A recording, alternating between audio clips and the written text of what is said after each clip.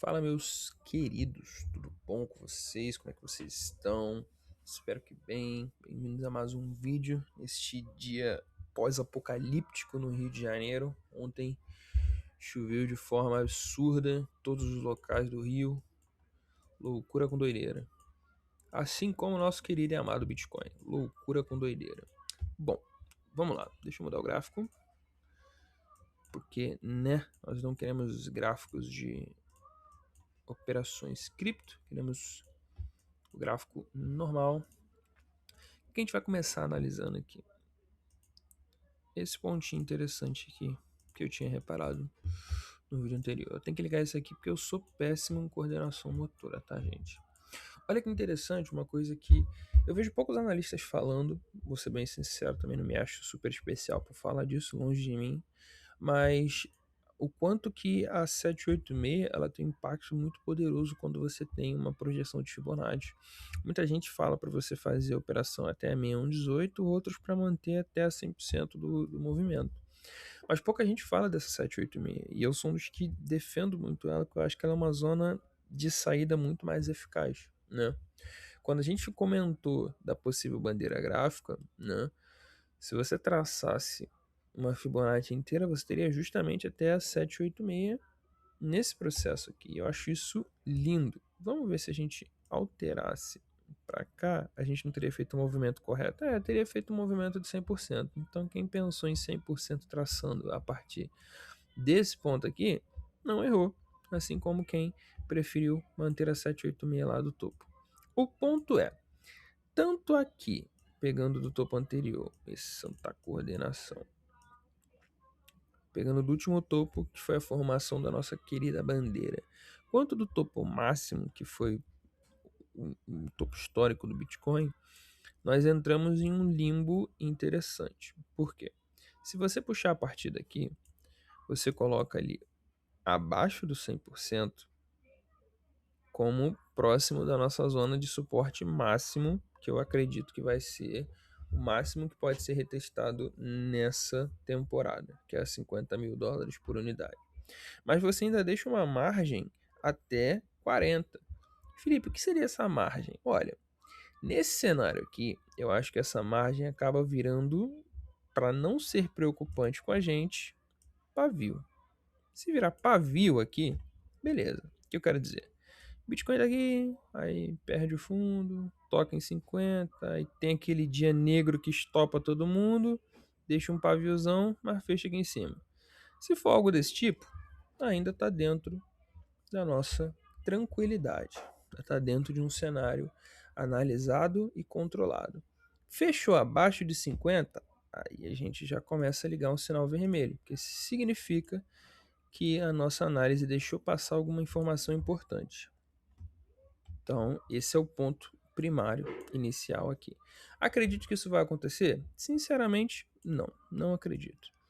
Acredito que nós, no máximo, chegaremos até a região dos 50 mil, que inclusive completa 100% da Fibonacci desde o topo histórico até aqui. Então eu particularmente acredito que é isso que a gente vai viver, é isso que a gente vai passar, tá bom? Vai chegar lá? Não sei. Sinceramente, não sei. Por quê? Porque a projeção aqui, graficamente falando, estava próximo à região de US$ 10.000. Quem esperou para comprar em US$ 10.000 nunca conseguiu comprar. Deixa isso bem claro na sua mente. Quem esperou o momento perfeito não conseguiu. Quem foi montando posições desde a formação do fundo, desde o sinal gráfico, comprou em 20. Comprou em 20. Sofreu um pouquinho quando o gráfico voltou para 17, mas se ele tinha um pouquinho de resiliência, ele comprou mais um pouquinho em 17. Depois disso, ele vendeu no ruim. No ruim, se você pensar uma pessoa normal do mercado, que vai buscar padrões de venda, ele vendeu aqui, ó, em US$ 100.000. Por que padrões de venda? O cara viu a alta pernada, segunda pernada, terceira pernada. Depois da terceira pernada ele viu o quê? Um topo duplo. Se ele só pensou isso, né, a gente vai imaginar aqui que você não é um cara que caça topo e caça fundo. Você é um analista normal, um bom analista. Um bom analista teria saído aqui. Por que ele teria saído aí? Porque já pegou lucro demais de nossa querida reguinha. Se ele comprou aqui, que não era o fundo, e vendeu aqui, que não era o topo,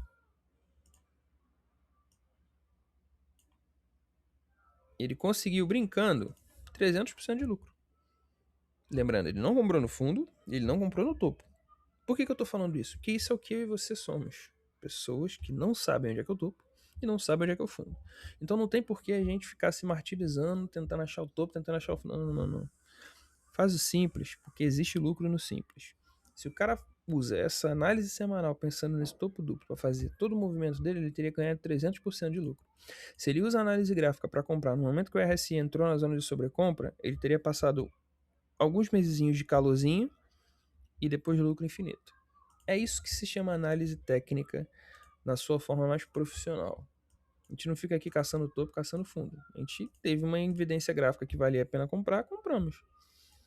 Teve uma evidência gráfica que valeu vender, vendemos. E fim de papo.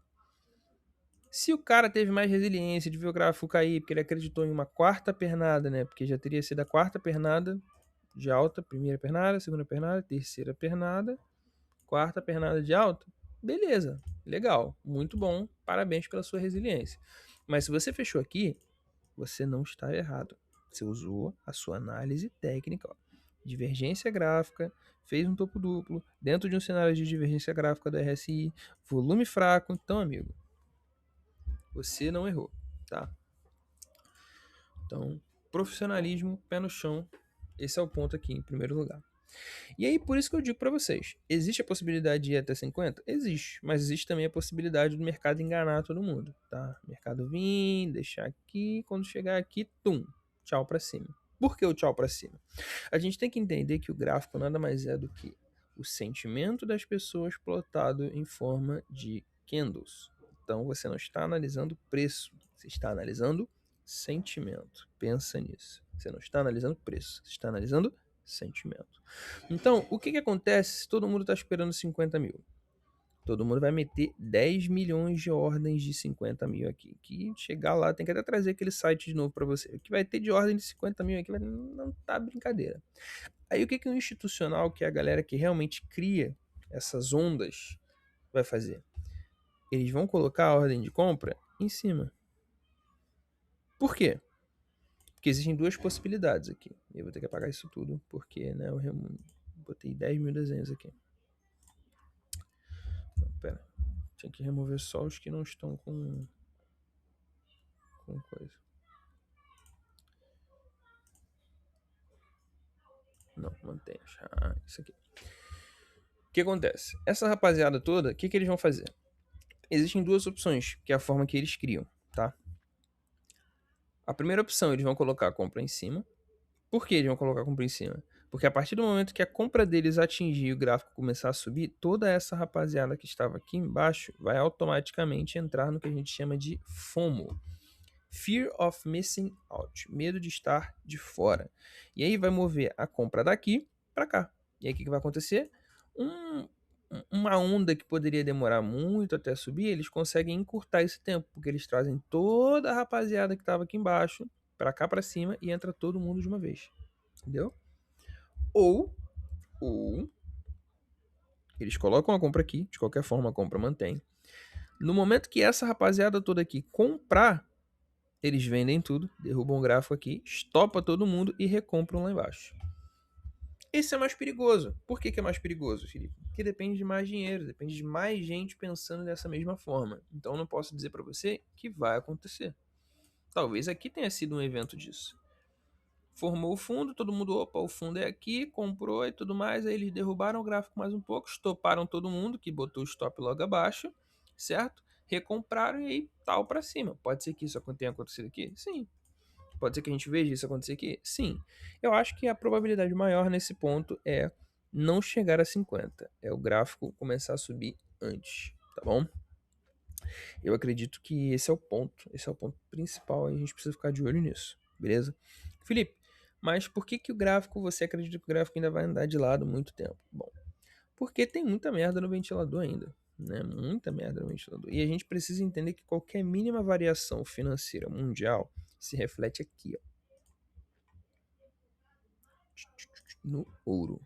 Para que você sabe que tem alguma coisa no mercado financeiro mundial, quando o ouro começa a subir desta forma aqui. Observa que antes disso, o ouro estava em um cenário normal, poucos candles controlados, muita gente ali usando como reserva de valor e tudo mais. De 2024 para cá ele começou, né? Ele já estava em um processo de alta, mas uma alta pequena. Final do 2024 a gente já começou a ver candles maiores. E candles maiores.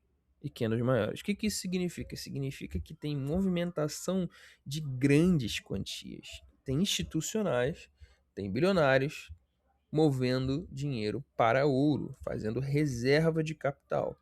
E aí a gente começa a se perguntar por quê?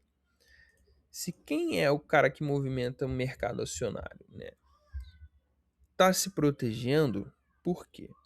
E o que, que eu preciso contextualizar a vocês? Criptomoedas e ouro estão em extremos completamente diferentes. Felipe, mas criptomoeda não foi feita para substituir ouro? Foi, mas ainda não faz. Então aqui é um ativo de extremo risco. Extremo risco. Porque o retorno também é extremo.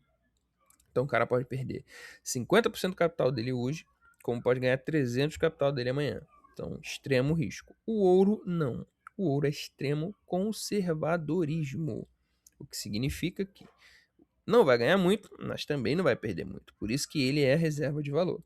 Então, se você tem o ouro com 3 médias de 20, de 50 e de 100 apontadas para cima e candles de movimentação altos, dentro de um cenário que o RSI já está estourado há muito tempo, eu fico preocupado sim. Eu fico preocupado sim porque significa que o mundo não está atrativo para grandes bilionários buscarem mais renda, né? Se jogarem mais. Aí você pode colocar um montão de possibilidades aí, né? Até onde os Estados Unidos vai nessa caçada pelo petróleo, que é a minha opinião, né? Que foi pelo petróleo. Com mais quem eles vão querer arrumar guerra, se vai arrumar problema agora por causa da ilha de gelo lá, entendeu? O caso Epstein, que ainda tem muita gente grande para cair, entendeu? Já teve dirigente, gente do dinheiro caindo, então, quer dizer, até onde toda essa podridão vai para a gente começar a de fato chegar num cenário limpo para essas pessoas começarem a colocar o dinheiro na mesa? Bom, eu não sei. O ponto é que, graficamente falando, né, nós ainda estamos em um cenário que permite o gráfico tanto andar de lado quanto cair um pouco. E toda essa narrativa fundamentalista que eu acabei de fazer para vocês é para dar base para que vocês entendam que não tem motivo aparente para o gráfico simplesmente subir agora, tá? Ele não sobe só por uma questão de preço. Ele sobe por uma questão de quem vai movimentar o preço. E nesse momento, quem vai movimentar o preço não parece estar ligando para criptomoedas. O que significa que o Bitcoin acabou? Claro que não. Daqui a um ano, parece uma nova onda aí de fé no mundo e o dinheiro volta a correr. Porque a gente já viu isso antes, né? Quem não imaginou que a guerra da Ucrânia poderia desencadear um conflito europeu, né? Por fim das contas, desencadear uma guerra mundial. Todo mundo se pegou pensando nisso em algum momento. Se você estuda um pouquinho de geopolítica, se você estuda um pouquinho de economia, em algum momento você se imaginou: caraca, mano, esses caras estão querendo arrumar uma guerra mundial. Não aconteceu. Continuamos dormindo em paz, graças a Deus por isso. Continuamos em um cenário onde a guerra pouco nos atingiu, né, socialmente, mas num quesito financeiro, né? E obviamente a gente não acha isso legal. Mas o que eu quero dizer é que a gente achou uma coisa muito absurda que na prática não foi, né? Não foi. Houve um rompimento de médias, né? Observa como aqui, pouco antes da formação do fundo, e justamente quando entrou no RSI sobrevenda, um pouco antes, houve rompimento de média. Aqui o RSI entrou juntamente com o rompimento de médias, certo? A tendência é que essas médias se juntem, e no momento que essas médias se juntarem, a gente vai ter certeza de que o fundo está formado. Por quê? Porque não existe movimentação. Mais ou menos como aconteceu aqui, ó. Só que observa, aqui aconteceu já em um cenário que o gráfico estava bem feio. Qual é o ponto positivo aqui? Que nesse cenário aqui, as médias estavam acima do preço. A mesma coisa que está acontecendo aqui. Então, se estamos comprando abaixo da média, é um bom sinal. Significa que o preço de fato está descontado. Beleza? Então a gente observa isso. São as coisas que a gente tem para observar. Observa o ouro também, né?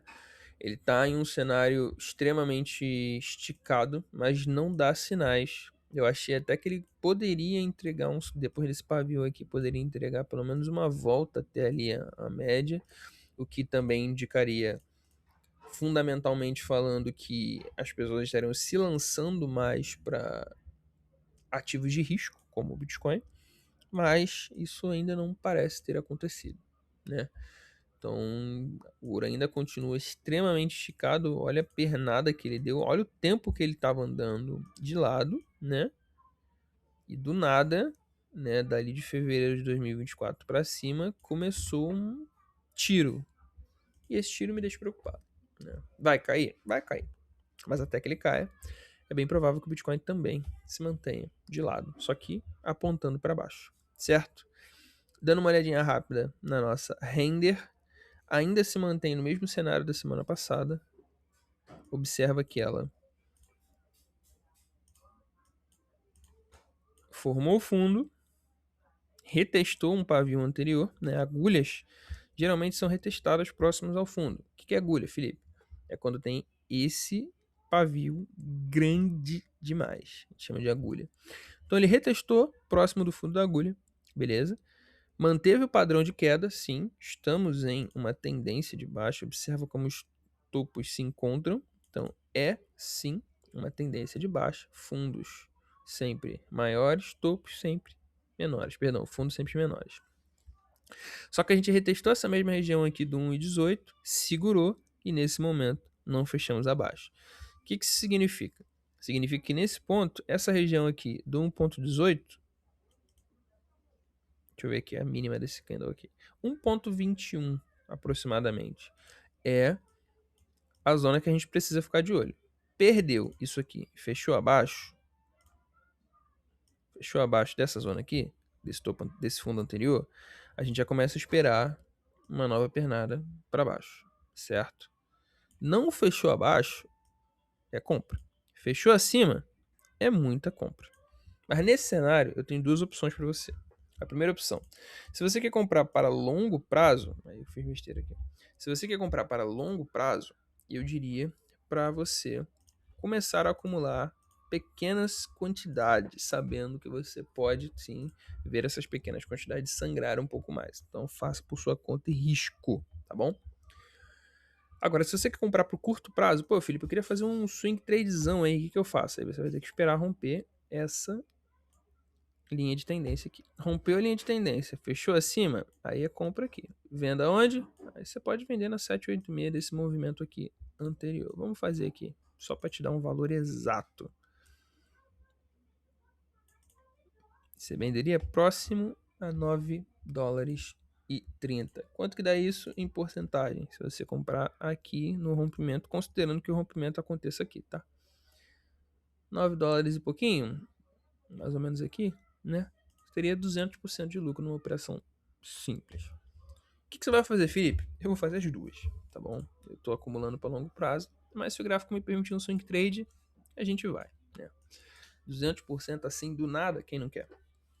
De qualquer forma, é isso. É o que a gente tem para analisar. Vai melhorar, tudo indica que vai melhorar, mas a gente não sabe quanto que vai piorar antes de melhorar, certo? E é isso. Deixa o like de vocês, comenta também, certo? É isso. Valeu. Tamo junto.